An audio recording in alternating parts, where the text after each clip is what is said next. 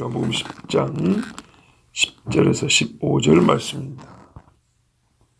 도둑이 오는 것은 도둑질하고 죽이고 멸망시키려는 것뿐이요 내가 온 것은 양으로 생명을 얻게 하고 더 풍성히 얻게 하려는 것이라.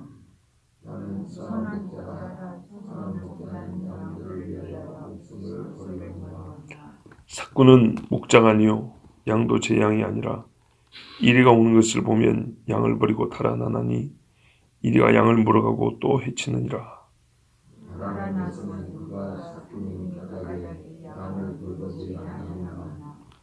나는 선한 목자라. 나는 내 양을 알고 양도 나를 아는 것이 아버지께서 나를 아시고 내가 아버지를 아는 것 같으니 나는 양을 위하여 목숨을 버리노라. 아멘. 이 도둑의 목적은 달리 말할 것이 없습니다. 말 그대로 도둑질입니다. 방해하는 사람은 죽이기도 하고요. 장애물이라 여겨지는 것은 다 없애버립니다. 오직 도둑질의 목적입니다. 자기 이익을 위하여서 생명은 무시합니다. 그리고 생명을 무가치하게 여기고 버리죠. 자기 생명이 아니고 타인의 생명을 말하는 겁니다. 그러나 예수님은 거꾸로 생명을 얻게 하려고 또 생명 있는 자는 더 풍성히 얻게 하려고 오셨습니다.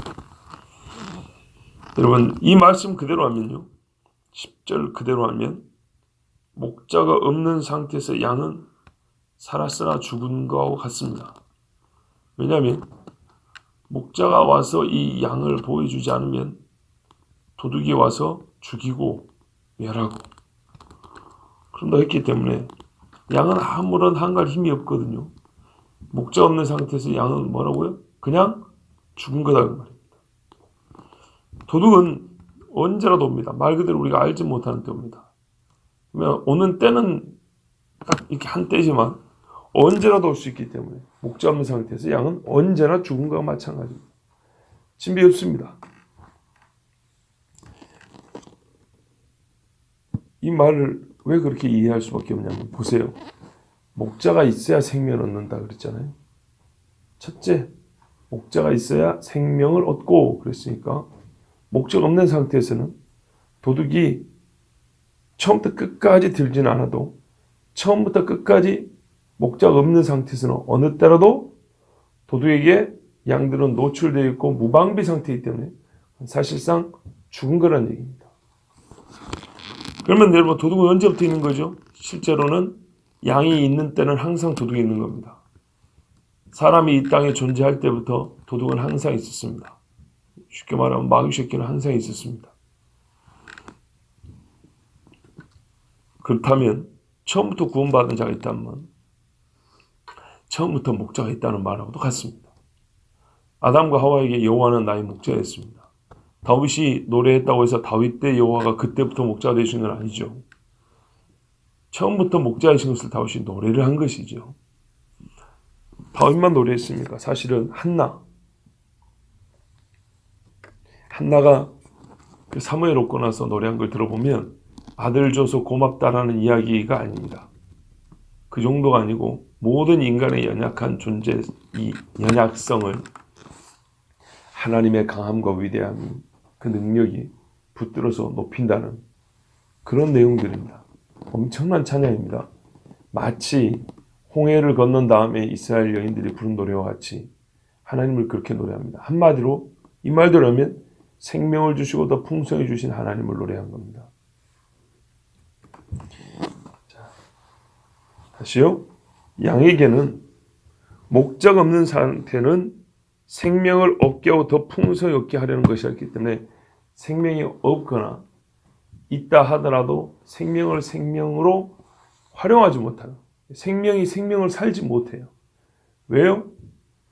언제나 도둑이 잡아 죽일 수 있기 때문에 노출이 되어 있고 무방비 상태이기 때문에 도둑에게 즉 강도 때와 같은 어떤 이들에게 양은 아무것도 할 수 없고 어떤 상태입니까?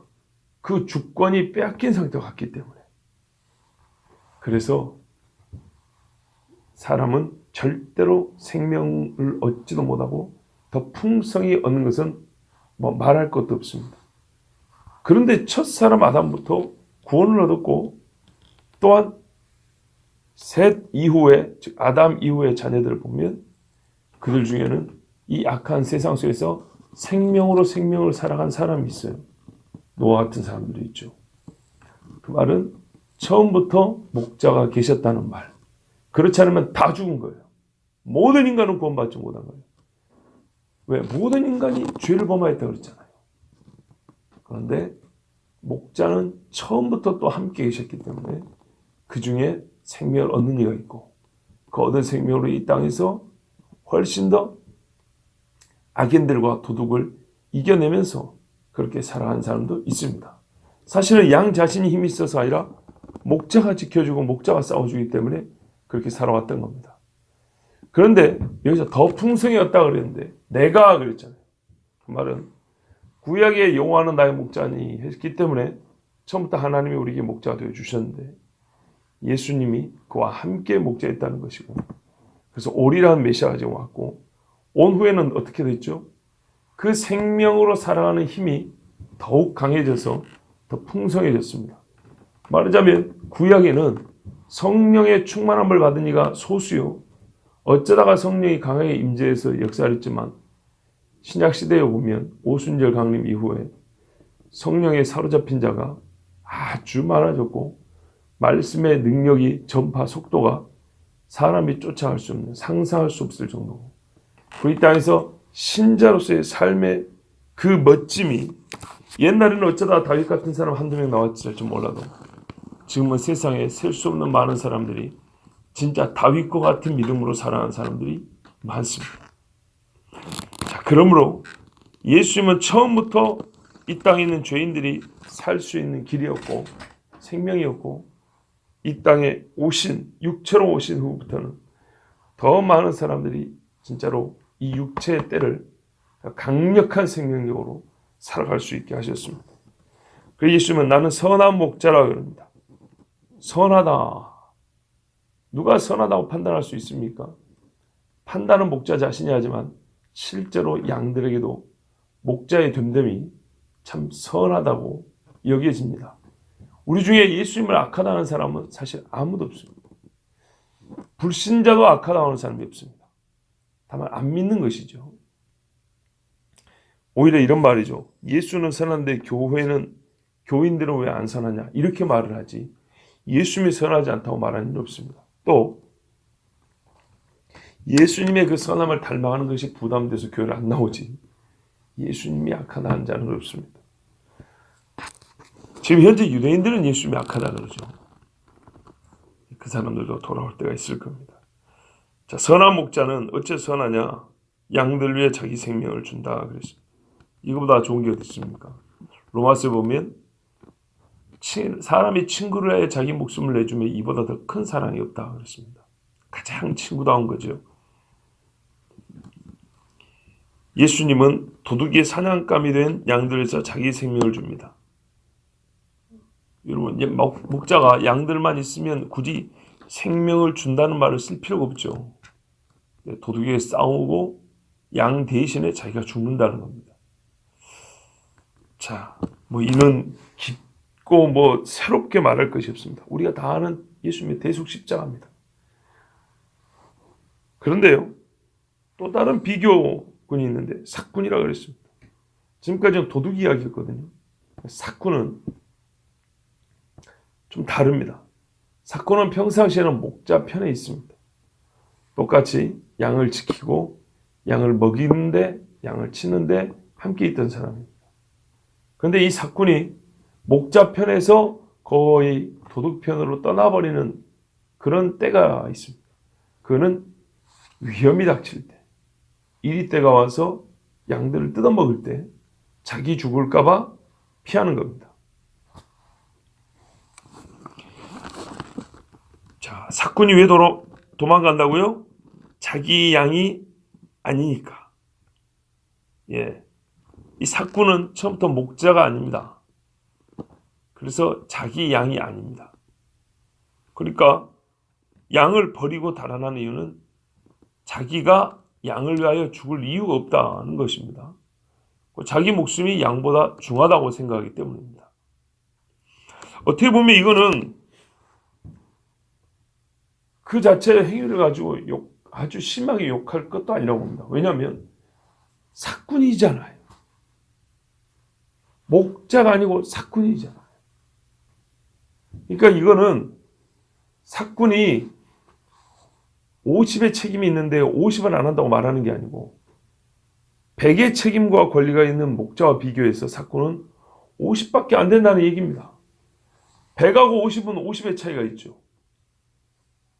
이 차이에 대해서는 우리가 반드시 인정해야 하고 또 알아야 합니다.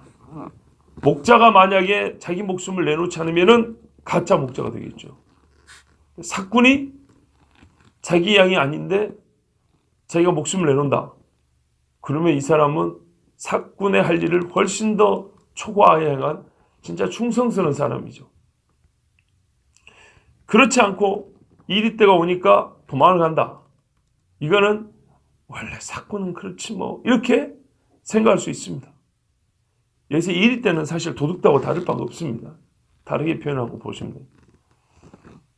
자, 그러나 사꾼이 적어도 자기가 삭슬 받는 동안에는 목자와 같은 역할을 해야 되겠죠.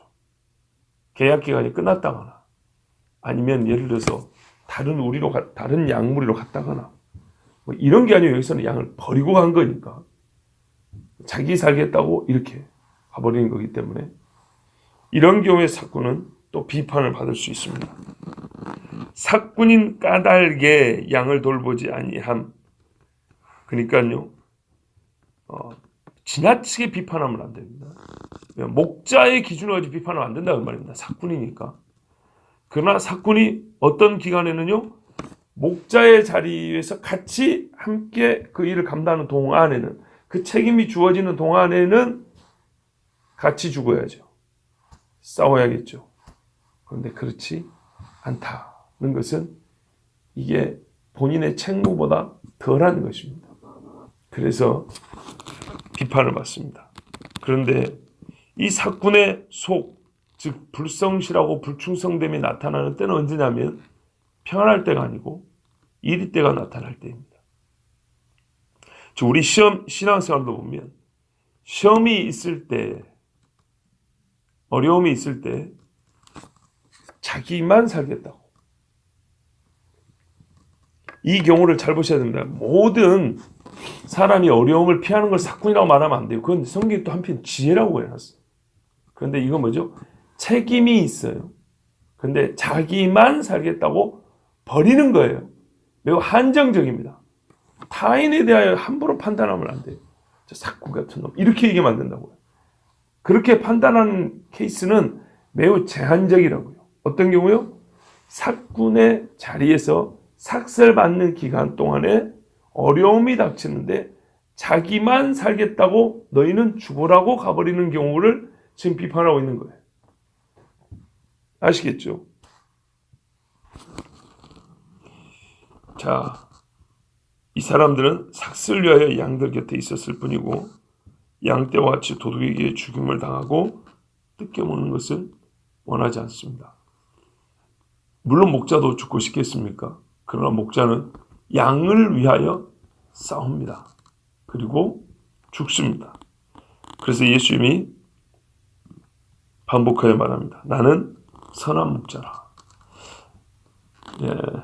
앞에서는 그냥 나는 양의 목자라 그랬는데 지금은 선한 목자라고 선하다는 말을 붙이죠. 왜냐하면 지금 목자에 대한 설명이 추가됐기 때문에 이 추가된 사항에 어울리는 것이 선한입니다. 즉 양을 먹이고 치고 나와라 해가지고 뜯어먹을 수 있는 프린들만 되라는 게 아니라 정말 위험한 순간에 생명과 생명을 바꿔야 되는 순간에 자기가 양을 위하여 대신 죽기 때문에 선한 목자라 그런 겁니다. 누구를 위하여 죽냐면 목자는 내 양을 위하여 죽습니다. 분명히 그렇게 돼 있죠. 14절에 내 양을 위하여. 오직 예수님만 양을 내 양이라 부를 수 있고요. 각 양의 이름을 알기 때문에 그 이름을 아는 양을 버리지 않습니다. 또한 반대로 양들이 내 이름을 안다 그랬습니다. 그럼 여러분 이거 이제 우리 편에 생각해 봐야 됩니다. 우린 예수님께 보호를 구하고 인도를 구하고 그렇습니다. 지금 내 이름 아시죠? 내 이름 아시죠? 복음서 어디죠? 거꾸로요.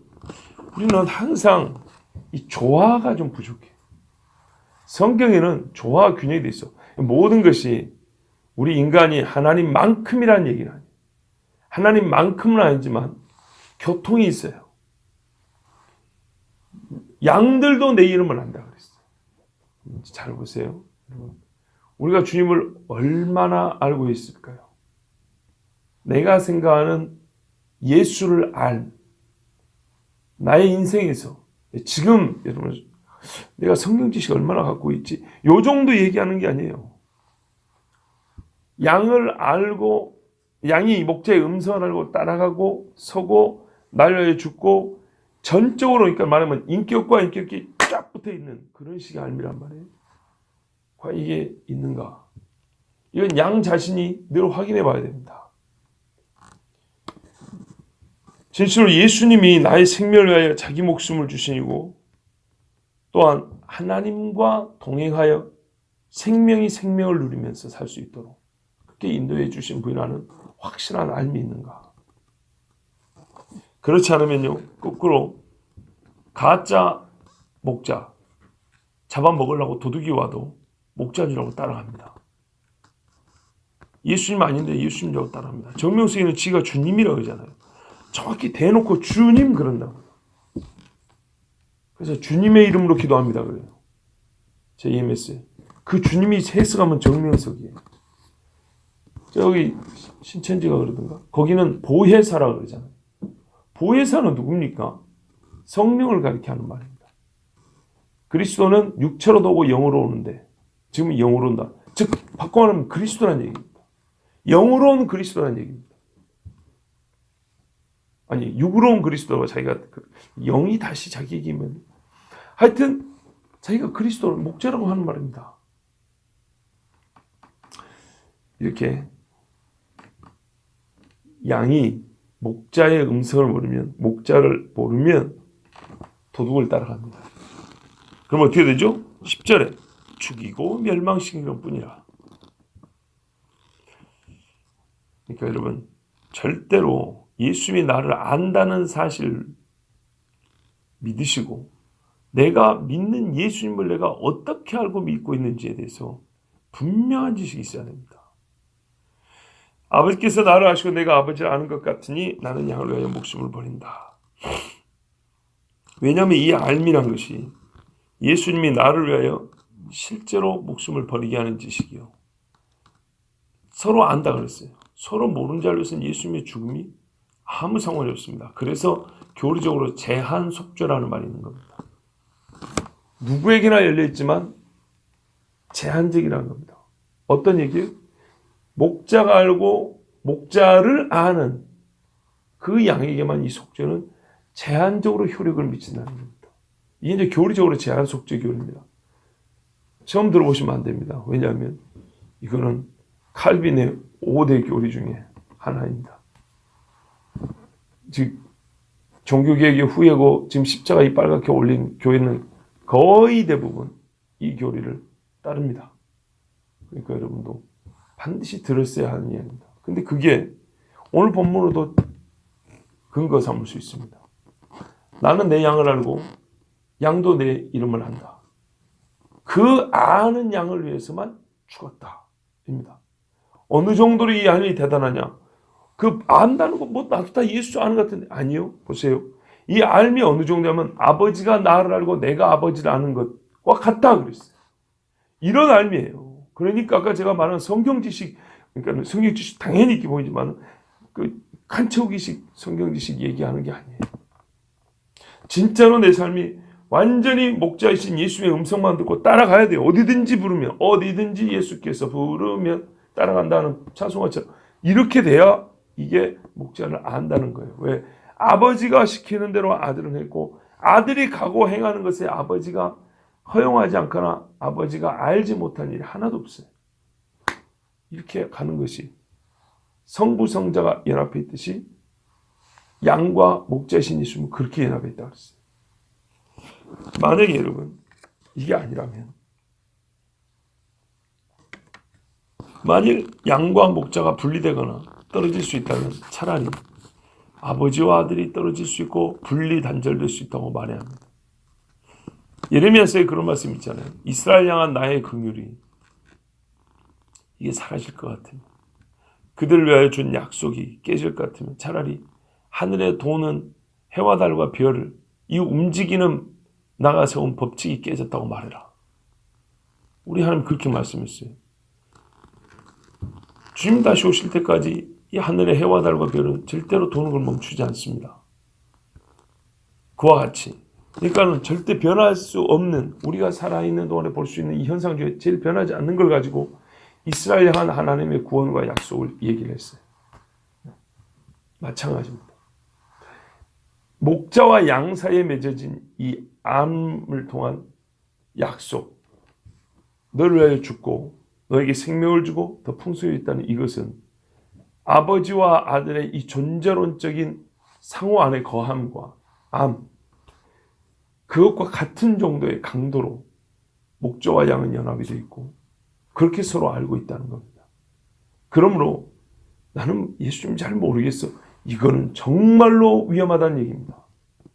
절대로 이런 불확실 속에 살면 안 되고요. 예수님 목자에 대한 지식은 확실하고 확고해야 합니다. 정확하게 알고 있어야 되고 이게 흔들리면 안 됩니다. 그것은 내가 주의 말씀을 따라 행하는 것을 통해 증명이 됩니다. 그래서 내가 구원받았다는 증거가 실상 내가 살면서 다 알 수 있습니다. 우리가 보면서 다 알 수 있습니다. 감히 하나님처럼 함부로 입으로 막 이렇게 판단하면 안 되지만 자기 자신이 합니다. 성경에 우리 요한 1서 제가 자꾸 반복하는데, 요한 1서에 우리가 이 지식만큼은 교만이 아니라 반드시 갖고 있어야 되고 더 이상 사람에게 배울 필요가 없는 그 지식이 한다고 말하고 있습니다. 자, 여러분, 그리스도의 양된 자는 결코 주님이 모르는 자라 그 이름을 모른다 하지 않습니다. 근데 불법을 행하는 자들은 나는 너를 모른다 그랬죠. 거꾸로요. 그 사람들은 주님을 안다고 했지만 사실은 불법을 행했기 때문에, 도둑질만 했고 그런 자들과 똑같이 살았기 때문에 예수님을 실상은 아는 자가 아니었던 겁니다. 양은 목자의 음성을 듣고 나가죠. 들어오죠. 모든 출입이 목자와 함께합니다. 그렇지 않으면 그는 목자인 예수님을 모르는 자입니다. 그러므로 우리 스스로 한번 보십시오. 정말 나는 양을 위하여 목숨을 버리노라, 이 예수님의 이 약속, 이 선언이 진짜 나에게 주어진 것인지 아닌지, 적어도 내 편에서는 내 자신이 목자의 음성을 듣고 그 목자를 따라 걷는지, 들어오며 나오며 꼴을 얻는지 그것을 확인해 보아야 합니다. 지금은 참으로 마지막 때라, 정말 마지막 때라고 부르짖고 있습니다. 이 때를 놓치면 안 됩니다. 하나님은 여러 가지 사건을 통해서 사인을 줍니다. 큰 일은 큰 사건으로 사인을 줍니다. 큰 일이 닥쳐올 때는 사인도 큽니다. 이스라엘 나라와 유대 민족에 대하여 그 민족적 재난과 하나님의 심판 앞에는 사인도 컸어요. 징조가 있고요. 그 징조가 소위 전조죠. 뒤에 일어날 일에 맛보기를 보여줍니다. 그때 끼어 있어야 되는데 제가 아무리 봐도, 제 자신을 봐도 그렇고 이 백성은 말을 안 듣는 것 같습니다. 시내산에서 율법을 받은 이스라엘도 말을 안 듣고 망했으니 거기다가 죄가 쌓이고 쌓인 이 말세에 예수 믿은 지 100년 남짓밖에 안 된 이 나라가 예수조와 부는 얻었을지 몰라도 정말로 주님 따름의 그 주의 명령을 참 그렇게 비교해보면 들을 리가 있겠습니까? 정말 여러분도 다 보는 눈이 있고 듣는 귀가 있는 건 사람도 똑같은데요. 조금만 주의하여 들어보십시오. 조금만 신경 쓰고 한번 살펴보십시오. 진짜 위험합니다. 그런데 막상 그때가 오기 전까지는 감을 잘 못 잡으시는 게 지금 이 나라의 이 땅의 교회들의 형편입니다.